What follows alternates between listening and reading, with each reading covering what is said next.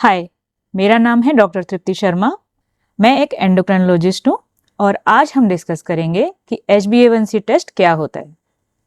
Normally जब कुछ diabetic patients हमारे क्लिनिक में आते हैं या कुछ ऐसे पेशेंट जो हाई रिस्क कैटेगरी में आते हैं जिनमें हम डायबिटीज सस्पेक्ट करते हैं, जैसे कि जब आपका एज 40 ईयर्स से ज़्यादा हो और आपका लाइफस्टाइल सेडेंटरी लाइफस्टाइल हो, family history of strong diabetes present हो, या फिर आपको PCOD की हिस्ट्री रही हो, चाइल्डहुड ओबेसिटी, या फिर frequent complications like urinary tract infections या इंक्रीज यूरिनेशन हो, तो इन कंडीशंस में हम HbA1c टेस्ट ऑर्डर करते हैं। तो आखिर ये HbA1c टेस्ट होता क्या है, ये बनता कैसे है और कैसे ये हमें बता देता है कि पिछले 3 महीने में शुगर्स कैसा रहा, तो इसी को हम आज प्रॉपर से डिस्कस करेंगे। और हमारा जो प्लान ऑफ डिस्कशन है उसको हम 3 पार्ट्स में डिवाइड करते हैं। पहले पार्ट में HbA1c के बारे में जानेंगे, दूसरे पार्ट में इस टेस्ट को हम कहाँ कहाँ पर यूज़ कर सकते हैं, और तीसरे पार्ट में क्या इस टेस्ट में भी कुछ लिमिटेशंस हैं। तो आइए जानते हैं। जैसा कि हम सभी जानते हैं कि हमारे ब्लड में डिफरेंट टाइप की ब्लड सेल्स होती हैं, उन्हीं में से एक है रेड ब्लड सेल्स। तो इन रेड ब्लड सेल्स में एक इम्पॉर्टेंट कंपोनेंट है जिसको हम कहते हैं हीमोग्लोबिन। ये हीमोग्लोबिन ऑक्सीजन से बाइंड करता है और उस ऑक्सीजनेटेड ब्लड को हार्ट की तरफ लेके जाता है। सो अल्टीमेटली हमारा जो दिल है उस ऑक्सीजनेटेड ब्लड को पूरी बॉडी में पंप करता है। सिमिलरली जब हम कोई भी फूड आइटम खाते हैं तो उस खाने में कुछ इंपॉर्टेंट मैक्रोन्यूट्रिएंट्स जैसे कार्बोहाइड्रेट, प्रोटीन और फैट होता है। तो ये जो कार्बोहाइड्रेट है ये 2 टाइप्स का है, सिंपल एंड कॉम्प्लेक्स। तो कॉम्प्लेक्स एंड सिंपल जो कार्बोहाइड्रेट्स हैं वो by process of digestion and absorption हमारे ब्लड में एंटर करते हैं। इसका मतलब हम जो भी फूड आइटम खाते हैं उसमें present carbohydrate by process of digestion and absorption blood में एंटर करता है ग्लूकोज मॉलिक्यूल्स के फॉर्म में। तो इसका मतलब ग्लूकोज मॉलिक्यूल्स और RBCs दोनों ब्लड में ट्रैवल कर रहे हैं। तो जब ये ग्लूकोज मॉलिक्यूल RBCs के कॉन्टेक्ट में आते हैं तो एक रिएक्शन होती है, उस रिएक्शन को हम बोलते हैं ग्लाइकोसाइलेशन रिएक्शन। और इस रिएक्शन के बाद जो कंपाउंड बनता है उसको हम बोलते हैं ग्लाइकेटेड हीमोग्लोबिन, जिसको दूसरे शब्दों में हम लोग जानते हैं HbA1c। सो इसका मतलब ये HbA1c हीमोग्लोबिन एंड ग्लूकोज के कॉम्बिनेशन से बनता है।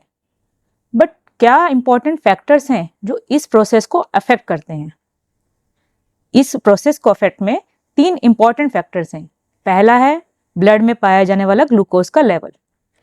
जैसे कि कुछ पेशेंट्स जिनका शुगर लेवल नॉर्मल से कम रहता है तो डेफिनेटली जो ग्लूकोज मॉलिक्यूल्स हैं वो कम मात्रा में RBCs के कांटेक्ट में आएंगे और अल्टीमेटली HbA1c कम होगा। सिमिलरली जो डायबिटिक पेशेंट्स हैं जिनका कंट्रोल नहीं है शुगर और लेवल ऑफ ग्लूकोज बहुत ज़्यादा है, तो ज़्यादा से ज़्यादा ग्लूकोज मॉलिक्यूल्स RBC से रिएक्ट करेंगे और हाई HbA1c फॉर्म करेंगे। इसी कंसेप्ट के बेसिस पे इस टेस्ट का यूज हम करते हैं डायबिटिक पेशेंट्स के डायग्नोसिस में। तो सेकंड इंपॉर्टेंट फैक्टर क्या होता है? सेकंड इंपॉर्टेंट फैक्टर है RBC का लाइफ स्पैन, क्योंकि RBCs ग्लूकोज से बाइंड कर रही हैं तो RBCs का लाइफ स्पैन भी HbA1c के फॉर्मेशन को अफेक्ट करेगा। कुछ कंडीशंस हैं जिनमें RBC की जो लाइफ है वो कम हो जाती है, जैसे pregnant females, chronic liver disease जिनका लिवर ऑलमोस्ट खराब हो गया है, क्रोनिक किडनी डिसीज जिनको किडनी प्रॉब्लम्स हैं, डायलिसिस पे हैं। तो इन कंडीशंस में क्या होता है कि जो RBC का लाइफ है नॉर्मल से कम हो जाता है। इसका क्या मतलब हुआ? इसका मतलब हमारे ब्लड में जो उन पेशेंट्स में जो सेल्स हैं वो मोस्टली यंग RBCs हैं, क्योंकि जैसे ही उनकी एज बढ़ती है उनकी डेथ हो जाती है। अब ये जो यंग RBCs हैं वो कम ग्लूकोज के कांटेक्ट में आएंगी तो डेफिनेटली जो HbA1c बनेगा इन पेशेंट्स में वो कम होगा। इसका मतलब इन कंडीशंस में HbA1c हमें प्रॉपरली जो शुगर लेवल है उसके बारे में इन्फॉर्म नहीं कर पाता। इसी तरह कुछ कंडीशंस हैं जिनमें RBC का लाइफ स्पेन जो है बढ़ जाता है, जो कॉमन है अनीमियाज, जैसे आयरन की कमी से जो होने वाले अनीमियाज, विटामिन B12 डेफिशिएंसी से होने वाले अनीमियाज में RBC का लाइफ नॉर्मल से बढ़ जाता है। इसका मतलब मैक्सिमम जो RBCs हमारे ब्लड में होंगी वो ओल्ड RBC, मतलब उनके पास खूब टाइम है कि वो ग्लूकोज से बाइंड करें और HbA1c लेवल काफी हाई रहता है। तो ये वो कंडीशंस हैं जहाँ पे HbA1c का मेजरमेंट हमारे जो शुगर कंट्रोल को प्रॉपरली नहीं दिखा पाता। तीसरा इंपॉर्टेंट फैक्टर है जो प्रोसेस है ग्लाइकेशन, उसका रेट। कुछ कंडीशंस हैं जहाँ पे ये जो कॉम्बिनेशन होता है ग्लूकोज का आरबीसी से, ये थोड़ा इंक्रीज हो जाता है। जैसे आप जब अल्कोहल का सेवन करते हैं या फिर आपको जॉन्डिस यानी बिलीरुबिन का लेवल बहुत बढ़ जाता है, या आपका कोलेस्ट्रॉल जैसे ट्राइग्लिसराइड। तो ये वो कंडीशंस हैं जहाँ पे जो इनका रिएक्शन है बहुत फास्ट होता है, मतलब HbA1c ज्यादा दिखाएगा, जो कि आपका क्लियर पिक्चर नहीं दिखाएगा आपके शुगर का। इसी तरह कुछ कंडीशंस हैं जैसे vitamin E and C। Normally Covid time में हमने देखा कि हम सभी ने विटामिन C का सेवन ज्यादा किया, तो एक्सेस ऑफ विटामिन C लेने से जो ये रिएक्शन है हीमोग्लोबिन और ग्लूकोज की, ये स्लो डाउन हो जाती है। तो अल्टीमेटली HbA1c लेवल नॉर्मल से कम दिखाएगा। इसका मतलब फॉल्स इंफॉर्मेशन देगा कि आपका शुगर कंट्रोल बहुत ही अच्छा चल रहा है और आप अपने ट्रीटमेंट को डाउनग्रेड भी कर सकते हैं। सो ये वो तीन फैक्टर्स हैं जो हमारे HbA1c के बनने को अफेक्ट करते हैं। सो अब हम जानेंगे हमारा सेकंड पार्ट कि HbA1c टेस्ट को यूज कहाँ कहाँ कर सकते हैं। सो पहला इंपॉर्टेंट यूज है diagnosis of diabetes. American diabetic association ने HbA1c को डायग्नोसिस ऑफ डायबिटीज के लिए 2010 में रेकमेंड किया, और उनका बेसिस ये है कि जब आपका HbA1c 5.7 से कम हो तो इसका मतलब ये नॉर्मल रेंज में आता है। आपका HbA1c यदि 5.7 से 6.4 के बीच में है तो हम प्री डायबिटीज बोलते हैं, और HbA1c 6.5 या 6.5 से ज्यादा है तो हम डायबिटीज बोलते हैं। बट HbA1c 6.5 ही क्यों लिया गया? हम 7 भी ले सकते हैं, 8 भी ले सकते हैं। इसके पीछे रीजन क्या है? एक्चुअली इसके पीछे एक सॉलिड साइंटिफिक एविडेंस है। हमारे पास कुछ लैंडमार्क स्टडीज की गई हैं टाइप 1 एंड टाइप 2 डायबिटीज में, और ये जो स्टडीज हैं ये बताती हैं कि जब हमारा HbA1c 6.5 को क्रॉस करता है तो हमारा रिस्क ऑफ कॉम्प्लिकेशंस बहुत ज़्यादा बढ़ जाता है, जिसमें सबसे इम्पॉर्टेंट है डायबिटीज़ का जो बुरा असर हमारी आंखों पे पड़ता है, जिससे आंखों की रोशनी भी जा सकती है। सेकंड, डायबिटीज़ का जो असर हमारी किडनीज पे, जो आगे जाकर डायलिसिस की तरफ हमें ले जाता है। एंड थर्ड है हमारे नर्व्स पे। सो इस तरह से HbA1c हमें हेल्प करता है डायग्नोसिस ऑफ डायबिटीज़। तो अब ये आता है कि जो HbA1c टेस्ट है, क्या इसके अलावा भी कुछ और टेस्ट हैं और बाकी टेस्टों के मुकाबले कैसे बेटर है? तो हाँ, कुछ और टेस्ट भी हैं जो हम डायग्नोसिस में यूज करते हैं। उनमें है हमारा फास्टिंग ब्लड शुगर लेवल, और दूसरा है जब हम 75 ग्राम ग्लूकोज लेते हैं तो उसके 2 आवर्स बाद हमारा ब्लड ग्लूकोज कितना बढ़ता है। बट प्रॉब्लम क्या है कि जो फास्टिंग ग्लूकोज है वो थोड़ा कन्वीनियंट नहीं है। आइए समझते हैं कैसे। जब फास्टिंग ग्लूकोज लेवल है उसके लिए हमें 8 से 9 घंटे की फास्टिंग चाहिए। फॉर एग्जाम्पल, आपने यदि रात में 11 बजे डिनर किया है तो आप मॉर्निंग में 8 से 9 बजे के करीब फास्टिंग शुगर चेक करेंगे। बट क्लिनिक में क्या होता है, मोस्टली पेशेंट जब हमारे पास आते हैं या तो ऑलरेडी उन्होंने ब्रेकफास्ट ले लिया होता है, या फिर जो ड्यूरेशन है वो काफ़ी लंबा हो जाता है, जैसे 11-12 घंटे। तो उस टाइम पे फास्टिंग शुगर हमें प्रॉपर इन्फॉर्मेशन नहीं दे सकता। दूसरा, फास्टिंग शुगर एक पॉइंट पे हमारी शुगर बताता है। इसका मतलब ये नहीं है कि 24 घंटे में हमारी शुगर वही होगी, वो कंटिन्यूसली चेंज हो रही है। तो इसका मतलब हमें पिछले 2 महीने 3 महीने में शुगर कैसा रहा, कोई इन्फॉर्मेशन नहीं मिलती। तीसरा है जो फास्टिंग शुगर है, क्योंकि वो एक पॉइंट की शुगर है, वो हमारा कोई भी चेंज है हमारी लाइफस्टाइल में, जैसे मान लीजिए रिसेंटली कोई हमारी फैमिली में इमोशनल या फिजिकल स्ट्रेस आया है, या हमारा लाइफस्टाइल चेंज हो रहा है, तो उसका असर हमारे ग्लूकोज पे पड़ेगा। अल्टीमेटली जो एक्चुअल पिक्चर है ग्लूकोज कंट्रोल की पिछले 3-4 महीने में, वो हम मिस कर देते हैं। दैट्स वाई HbA1c को गोल्ड स्टैंडर्ड माना गया है for the diagnosis of diabetes. इसकी जो स्पेसिफिसिटी है बहुत ही अच्छी है। सेकेंड इंपॉर्टेंट जो यूज आता है वो आता है मॉनिटरिंग ऑफ डायबिटीज। जो अमेरिकन डायबिटिक एसोसिएशन है वो रेकमेंड करती है कि जो डायबिटिक पेशेंट्स हैं उनका HbA1c टारगेट 7 या 7 से कम होना चाहिए। तो क्या सभी पेशेंट्स के लिए यही टारगेट है? नहीं, एक्चुअली जो टारगेट है वो डिफरेंट ग्रुप्स के लिए डिफरेंट है। जैसे कि जो यंग पेशेंट्स हैं जिनको डायबिटीज़ है बट उनको कोई कॉम्प्लिकेशन नहीं है, उनको risk of low blood sugar भी नहीं है, तो ऐसे पेशेंट्स में हम चाहेंगे कि उनका जो HbA1c लेवल थोड़ा अच्छा मेंटेन रहे, जैसे 6.5। दूसरी तरफ हमारे पास कुछ पेशेंट्स हैं जिनका काफ़ी ओल्ड एज हो गया है, उनको मल्टीपल कॉम्प्लिकेशंस हैं, जैसे क्रॉनिक लिवर प्रॉब्लम्स हैं, किडनी प्रॉब्लम्स हैं, chances of low blood sugar बहुत ज़्यादा हैं।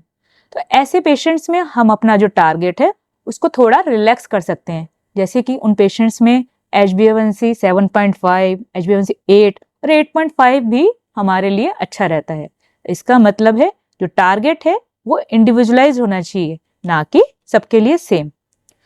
अब दूसरा आता है कि और हमारे पास क्या मेथड है जिससे हम मॉनिटरिंग करते हैं और HbA1c उनसे कैसे ज़्यादा बेटर है। तो जैसा हमने पहले भी समझा कि जो हम मॉनिटरिंग करते हैं ग्लूकोमीटर से या लैब वैल्यूज से, फास्टिंग और खाने के बाद की शुगर्स, वो एक पॉइंट की शुगर है ना, उसमें रिसेंट यदि कोई भी चेंज है एक्टिविटी का तो वो अफेक्ट हो जाएंगी।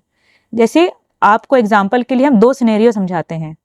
कभी कभी जब पेशेंट्स हमारे पास आते हैं तो कभी वो अपना जो हम भी उनको डाइट बताते हैं या लाइफस्टाइल बताते हैं, मेडिकेशन, वो प्रॉपरली कंप्लायंस नहीं करते, बट जैसे ही उनका विजिट का टाइम होता है वो प्रॉपर मेडिकेशन भी लेने लग जाते हैं, लाइफस्टाइल भी फॉलो करते हैं, जिससे उनका फास्टिंग और PP जो है बहुत ही अच्छा आता है। बट एक्चुअल जो पिक्चर थी, जो अनकंट्रोल शुगर रहा 2-3 महीने में, वो मिस हो जाएगा। तो HbA1c उस बिगर पिक्चर को दिखाने में बहुत ही इंपॉर्टेंट है। दूसरे कुछ पेशेंट्स ऐसे भी होते हैं जो बहुत अच्छे से हमारी जो एडवाइस है उसको फॉलो करते हैं, बट सडनली फैमिली में कोई इशू हो गया या कोई फंक्शन है तो 1-2 दिन से कुछ अच्छा उनका जो है कंट्रोल नहीं रह पाया, जिसकी वजह से फास्टिंग जो चेक किया वो बढ़ा हुआ आया। तो उस टाइम पे HbA1c हमें हेल्प करेगा कि कंट्रोल तो बहुत अच्छा रहा बट ये रिसेंट जो स्ट्रेस है उसकी वजह से थोड़ा बढ़ा, तो हम शुगर का जो ट्रीटमेंट है उसको अपग्रेड नहीं करेंगे, है ना। तो ये था कि मॉनिटरिंग में HbA1c कैसे बेटर है बाकी ग्लूकोज मॉनिटरिंग के। तीसरा इंपॉर्टेंट आता है कि HbA1c लेवल से हम प्रेडिक्ट कर पाते हैं कि आपको रिस्क ऑफ कॉम्प्लिकेशंस कैसा रहेगा। स्टडीज से पता चलता है कि जैसे जैसे आपका HbA1c लेवल बढ़ता है आपका रिस्क ऑफ कॉम्प्लिकेशंस भी बढ़ता रहता है, और आप जितना HbA1c अच्छा कंट्रोल करते हैं फ्यूचर में जो रिस्क ऑफ कॉम्प्लिकेशंस कम होता है। जस्ट लाइक फिक्स्ड डिपॉजिट, जो आज आप फिक्स्ड डिपॉजिट कर रहे हैं वो फ्यूचर में आपको हेल्प करेगा। इसी तरह आज जितना स्ट्रिक्टली आप HbA1c कंट्रोल करेंगे फ्यूचर में आपका जो रिस्क ऑफ कॉम्प्लिकेशन उतना ही अच्छा रहेगा। इसको हमारे मेडिकल लैंग्वेज में बोलते हैं लेगेसी इफेक्ट। सो ये था कि हम कहाँ कहाँ पर HbA1c टेस्ट को यूज कर सकते हैं। अब हम जानेंगे कि इसको कैलकुलेट कैसे करते हैं। तो HbA1c जो टेस्ट होता है इसकी यूनिट है परसेंटेज। क्यों? क्योंकि ये हमें बताता है कि जिस पॉइंट पे हम मेजर कर रहे हैं उस पॉइंट में हमारे ब्लड में जितनी भी RBCs हैं, चाहे वो यंग हो, अडल्ट हो या ओल्ड RBCs हैं, उनमें से कितने प्रतिशत RBCs ग्लाइकेटेड हैं, यानी कितने प्रतिशत जो हीमोग्लोबिन है वो ग्लूकोज से बाइंड किया हुआ है। सो ये बिकॉज हम जानते हैं कि RBC का नॉर्मली जो लाइफ स्पेन है वो 3 to 4 मंथ्स यानी 90 से 120 दिन है। तो एक बार RBC ग्लूकोज को बाइंड करेगी तो पूरा लाइफ बाइंड रहता है। तो अल्टीमेटली जो HbA1c लेवल से हमें थोड़ा इंफॉर्मेशन मिलता है कि पिछले 3 महीने में शुगर कैसा रहा। तो क्या हम HbA1c से एवरेज शुगर भी फाइंड कर सकते हैं? हाँ, कुछ हमारे पास स्टडीज हैं जिन्होंने प्रूव किया है कि HbA1c जो परसेंटेज है उसमें और जो एवरेज शुगर में एक बहुत स्ट्रॉन्ग रिलेशन है। तो ये जो रिलेशन है ये हमें बताता है कि मान लीजिए आपका HbA1c 6% है, तो ऑलमोस्ट आपका जो एवरेज शुगर रहा है और पिछले 2-3 महीने में ऑलमोस्ट 120-130 के आसपास रहा है। सिमिलरली आपका जब HbA1c 8 के आसपास है, इसका मतलब जो शुगर आपका जो रहा है पिछले 3-4 महीने में 180 से 200 के बीच में रहा है। तो इस तरह से हमें एक एवरेज शुगर के बारे में इंफॉर्मेशन मिलती है। अब आता है कि हम HbA1c टेस्ट करना चाहते हैं तो हमें क्या तैयारी करनी चाहिए, किस लैब पे जाना चाहिए। तो बहुत ही सिंपल और कन्वीनियंट है, आप दिन में किसी भी टाइम इस टेस्ट को कर सकते हैं। फास्टिंग की कोई ज़रूरत नहीं है। इसमें आपका रिसेंटली लाइफ में यदि कुछ भी चेंज आ रहे हैं तो आप ये मत घबराइए कि अभी रिसेंटली कुछ स्ट्रेस आया था लाइफ में, या मेरा अभी 2 दिन से एक्सरसाइज नहीं किया, या 2 दिन से मैंने थोड़ा मीठा ज़्यादा खा लिया। इन चीज़ों का HbA1c पे फ़र्क नहीं पड़ेगा। आप आराम से अपना HbA1c टेस्ट कर सकते हैं।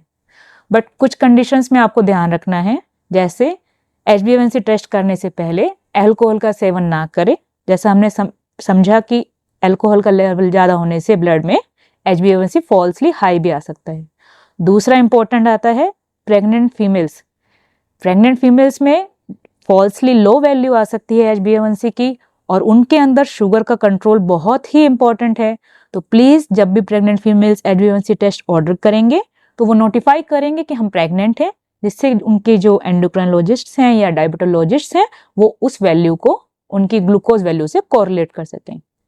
तो ये हमने सब जाना कि HbA1c क्या होता है, कैसे हम इसका यूज़ करते हैं, कैसे कैलकुलेट करते हैं, क्या बेनिफिट्स हैं। तो क्या इस टेस्ट में भी कुछ प्रॉब्लम्स हैं, कुछ लिमिटेशंस हैं? हाँ, इस टेस्ट में भी कुछ लिमिटेशंस हैं। पहला, तो ऑलरेडी हमने जब समझा कि जो प्रोसेस है HbA1c बनने की, उसके कुछ फैक्टर्स हैं, जैसे RBC का लाइफ स्पैन, मेडिकेशंस का इनटेक और ग्लाइकेशन प्रोसेस। सो इन कंडीशंस में ये हमें थोड़ा गलत इन्फॉर्मेशन देता है, फॉल्सली लो भी बता सकता है, फॉल्सली हाई। इन कंडीशंस में ग्लूकोज मॉनिटरिंग, जो ग्लूकोज मॉनिटर से हम आपको एडवाइस करते हैं, वो बेटर है। सेकेंड इंपॉर्टेंट आता है HbA1c लेवल हमें लो शुगर के बारे में इंफॉर्मेशन नहीं दे पाता। जैसे एक कोई पेशेंट है, किसी समय उनका शुगर बहुत लो चला जाता है, बट दिन के दूसरे पार्ट में उनका शुगर बहुत हाई, बट बिकॉज HbA1c एक एवरेज शुगर है तो हमें एक नॉर्मल शुगर की इंफॉर्मेशन मिलेगी, जबकि उस पेशेंट्स को लो शुगर्स हो रहे हैं और हमें अपने ट्रीटमेंट को मॉडिफाई करने की ज़रूरत है। तो इस कंडीशन में ये HbA1c प्रॉपर इंफॉर्मेशन नहीं दे पाता। तीसरा है, मान लीजिए हमने कोई रिसेंट चेंज किया आपके ट्रीटमेंट में, या आपको कोई नई लाइफस्टाइल आपने फॉलो किया या नया डाइट फॉलो किया और आप जानना चाहते हैं कि इसका क्या असर आ रहा है, तो ऐसी कंडीशंस में HbA1c हमें हेल्प नहीं कर पाता। ऐसी कंडीशंस में प्रॉपर जो मॉनिटरिंग ऑफ शुगर हम करते हैं ग्लूकोमीटर से, या आजकल जो आ रहा है CGM सेंसर, वो हमें ज़्यादा अच्छे से इंफॉर्मेशन देते हैं। सो एक बार हम जस्ट समराइज करते हैं, हमने क्या जाना। HbA1c टेस्ट एक बहुत ही सिंपल कन्वीनियंट टेस्ट है। ये हमें बताता है कि हम diagnosis of diabetes and monitoring में हेल्प करता है, और इसके कुछ अपने लिमिटेशंस हैं। तो हमें जब भी इस टेस्ट करें साथ में ग्लूकोज मॉनिटरिंग बाय ग्लूकोमीटर भी करना चाहिए, और जब भी आप ये टेस्ट करें इसे प्रॉपर सर्टिफाइड लैब से ही करिए। अक्सर लोग हमसे पूछते हैं कि डॉक्टर साहब, HbA1c टेस्ट और जो ग्लूकोज वैल्यूज़ हम ग्लूकोमीटर से या लैब से चेक करते हैं उसमें डिफरेंस क्या होता है। तो ये बहुत ही इंपॉर्टेंट क्वेश्चन है। जो हम ग्लूकोज वैल्यू चेक करते हैं लैब से या ग्लूकोमीटर से, वो हमें सिर्फ उस टाइम पे जो हमारी शुगर है उसके बारे में इंफॉर्मेशन देता है, जबकि HbA1c टेस्ट हमें एवरेज शुगर बताता है पिछले 3 से 4 महीने का। तो ये एक मेजर डिफरेंस है HbA1c test and glucose value में।